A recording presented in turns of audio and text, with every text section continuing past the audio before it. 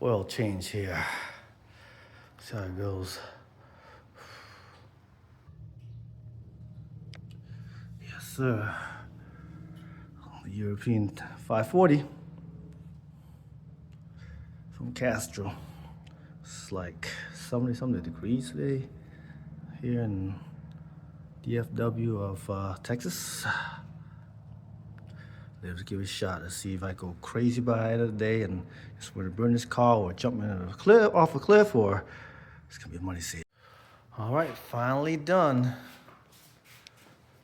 PJ got a oil change after freaking one trip to Lowe's, a trip to Walmart, 3 trips to AutoZone.